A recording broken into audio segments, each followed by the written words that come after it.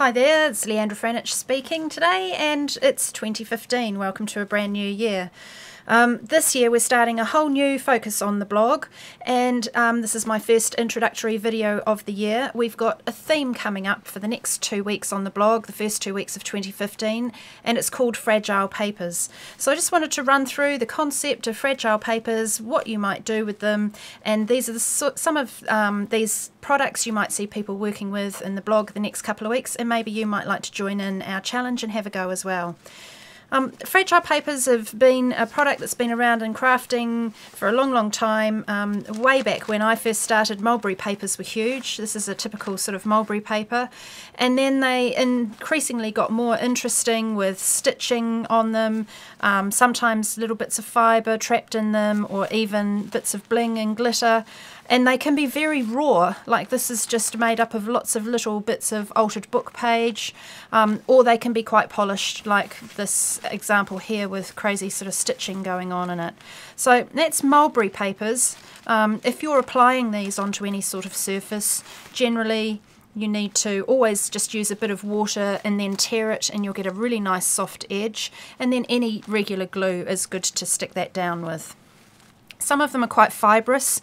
This one you can actually see all the bits of debris that's in there, all the plant material that makes up part of the paper, and sometimes they're super smooth and a lot less raw and easier for stamping onto. So that's papers of the sort of mulberry, the handmade paper type. Another type of fragile paper that I use a lot are tissue papers.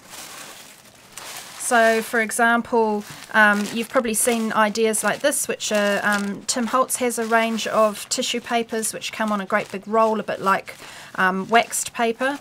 Those are great for all kinds of situations.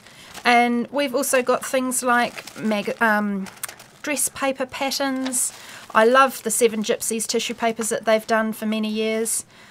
This is another printed one, more of a Christmas type. It's got cherubs and things on it, and they come in all kinds of colours. I think that's my last remaining scrap of my favourite ever Seven Gypsies script tissue, which was done a million years ago.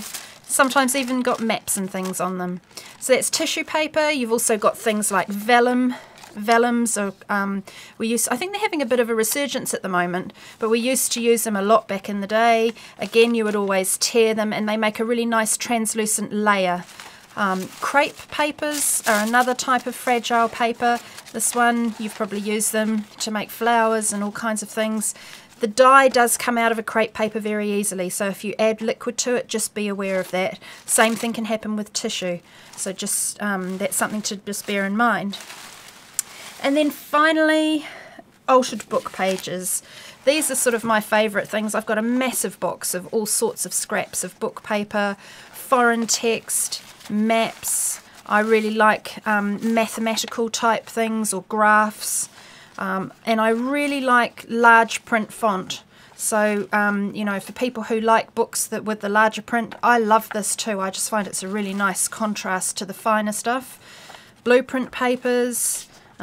Receipts, dictionary pages, foreign dictionary pages, foreign languages, graphs, charts. That's a little pocket from a Filofax. And I'll even tear all of these up and use little scraps of them to create backgrounds. So for me, book pages, I just love them. They're my favourite. I just wanted to show you this as an example of the sort of thing that you might do. This is a tiny little pocket thing I made, probably 15 years ago now. I think it was when True Colours first came out, and I really loved the whole pink and orange theme.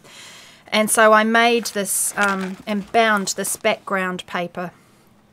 So it's got a nice binding, a sort of signature in there, and I just painted it all up. Very similar actually, the technique to what I've been showing you recently with the brayer. And then here you can see it's got layers of script paper, a torn layer of vellum, image transfer which has just been stitched onto the top with a few photos.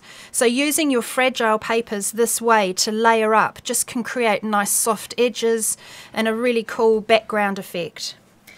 And then lastly, a lot of you are into journaling. Well, we used to make altered books many years ago. and people still do them. I guess journaling, altered books has evolved into journaling, or I don't know, it's just what we used to do, round robins, and we'd send these on their merry little way from person to person to decorate. And so, you know, again, it's just using the text. That's what inspired us, was kind of using the text as a substrate to work on, so that you could still see bits of it coming through, and maybe adding extra little bits in and pockets and things. But at the end of the day, it's still the fragile paper that's being used, the book's being repurposed for a new life as a journal, and you're still sort of using some of the background to add interest to what you're doing. So that's the theme for the next 2 weeks on the blog, fragile papers. I hope you'll keep an eye on what the designers are doing and perhaps join in.